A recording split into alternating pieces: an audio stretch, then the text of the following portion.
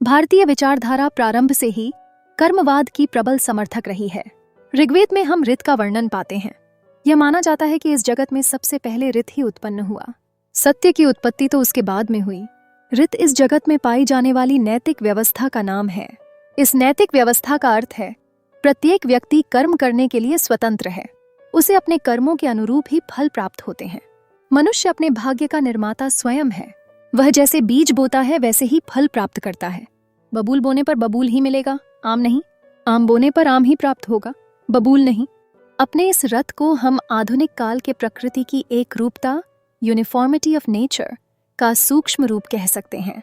इसलिए रथ का विचार एक नितांत ही तर्कपूर्ण विचार है। भारतीय दर्शन में कर्म के कितने रूप माने गए हैं? कर्म के 3 रूप हैं: संचित कर्म, प्रारब्ध कर्म तथा क्रियमाण कर्म। अतीत में जो कर्म किए गए वे खत्म नहीं होते, उनका प्रभाव जमा हो जाता है। ये कर्म ही संचित कहे जाते हैं। संचित कर्म ऐसे कर्म हैं जिनका फल मिलना अभी प्रारंभ नहीं हुआ है। अतीतकालीन वे कर्म जिनका फल मिलना प्रारंभ हो चुका है प्रारब्ध कर्म कहलाते हैं। मनुष्य का वर्तमान जीवन का निर्धारण ये प्रारब्ध कर्म ही करते हैं। क्रियमाण कर्म या संचयमान कर्म वे हैं जो वर्तमान समय में किए जा रहे हैं। कालांतर में ये कर्म संचित तथा प्रारब्ध का रूप ले लेंगे। भारतीय दर्शन में कर्म का इतना अधिक महत्व है कि व्यक्ति का पुनर्जन्म के आधार भी कर्म ही होते हैं। व्यक्ति जिन माता पिता, परिवार, समाज तथा समय में जन्म लेता है वे सब उसके प्रारब्ध कर्मों के ही परिणाम होते हैं। इस प्रकार भारतीय जनता का भाग्यवाद भी अपने मूल रूप में कर्मवाद पर ही आधारित है। भाग्य व्यक्ति द्वारा पूर्व जन्म में अर्जित कर्मों का ही फल होता है। व्यक्ति अपने पूर्व जन्म के कर्मों का फल ही नहीं भोगता, वह अपने नए कर्मों के द्वारा अपने भविष्य या भाग्य का निर्माण भी करता है। इसलिए भाग्यवाद निठल्लावाद नहीं है। ईश्वरवादी तथा निरीश्वरवादी मत में कर्म क्या है, हमें अपने कर्मों का फल किस तरह प्राप्त होता है, इस संदर्भ में भारतीय दर्शन में 2 मत मान्य हैं। एक मत ईश्वरवादियों का है जो कहता है कि ईश्वर वह सर्वोच्च शक्ति है जो प्रत्येक व्यक्ति को अपने अपने कर्म के अनुसार फल प्रदान करती है। इसके विपरीत निरीश्वरवादी मत कर्म फल प्रदान करने के लिए ईश्वर के अस्तित्व की कोई आवश्यकता ही अनुभव नहीं करता। उसके अनुसार प्रत्येक कर्म से एक शक्ति उत्पन्न होती है जिसे मीमांसा दर्शन में अपूर्व कहा गया है। इस अपूर्व शक्ति किसी भी तरह खत्म नहीं की जा सकती और इस कर्म जन्म शक्ति के कारण प्रत्येक व्यक्ति को अपने कर्म का फल भोगना ही पड़ता है। मीमांसा मतवादियों का यही मत है। इस तरह प्रत्येक व्यक्ति को कर्म की शक्ति को समझना चाहिए। भारतीय मत के अनुसार वास्तव में पूछा जाए तो व्यक्ति स्वयं अपना भाग्य विधाता है। वेद तथा उपनिषद में कर्मवाद, भारतीय चिंतक अतीत काल से ही कर्मवाद का पोषक रहा है।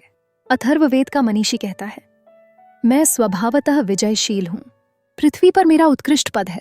मैं विरोधी शक्तियों को परास्त कर समस्त विघ्न बाधाओं को दबाकर प्रत्येक दिशा में सफलता पाने वाला हूँ। ऐतरेय ब्राह्मण अपने चरैवेति गीत में उद्घोष करता है, जो बैठा रहता है उसका सौभाग्य बैठा रहता है, पर जब कोई खड़ा होता है तो उसका सौभाग्य भी खड़ा होता है। पड़े रहने वाले का सौभाग्य भी पड़ाधा रहता है, चलने वाले का सौभाग्य भी चलने लगता है। अतः कर्मशील बनो।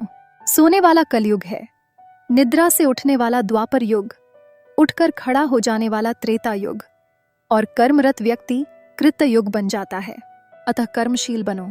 कर्मशील व्यक्ति ही जीवन का मधु पाता है, वही सुस्वादु फल का आस्वादन करता है। सूर्य की ओर देखो, वह निरंतर कर्मरत रहता है। अतः कर्मशील बनो। कर्म करने में आलस्य ठीक नहीं।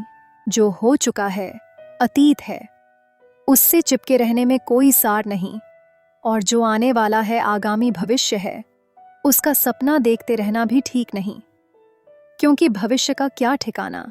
इसलिए आज पर ही भरोसा कर अपने अपने कर्तव्य को संपादन करना बुद्धिमान व्यक्ति का कर्तव्य है। इसलिए शतपथ ब्राह्मण कर्म को इसी वक्त करने का परामर्श देता है। कर्म में विश्वास रखने वाले एक प्राचीन मनीषी को अपने कर्म पर इतना भरोसा था कि वह कहता था, मेरे दाहिने हाथ में पुरुषार्थ है और बाएं हाथ में सफलता रखी है। कालांतर में कर्म की इस प्रवृत्ति को कर्मकांड की कालिमा ने ग्रसित कर डाला। ब्राह्मण काल में कर्मकांड का महत्व अधिक बढ़ गया, पुरोहितवाद प्रबल हो गया, यज्ञ के माध्यम से हिंसा तथा परिग्रहवाद पनपने लगे। स्वयं यज्ञ में यह प्रवृत्ति आरंभ में नहीं थी।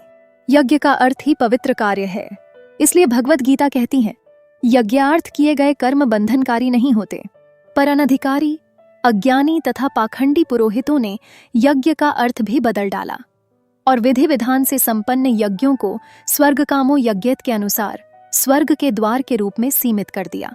ऐतरेय ब्राह्मण ने यह सत्य सिद्ध कर दिया है कि ऋत्विज भय, लोक और अनाचार के वशीभूत होकर भी यज्ञ कराते थे। इस तरह के कर्म यज्ञ नहीं कहे जा सकते।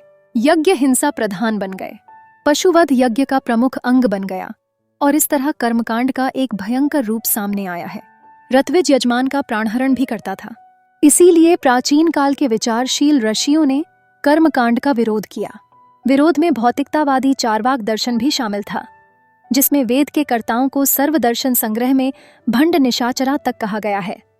जैसे त्रयो वेदस्य कर्तारो भंड धूर्त निशाचराः जरफरी तुरफरी इत्यादि पंडितानां वच स्मृतम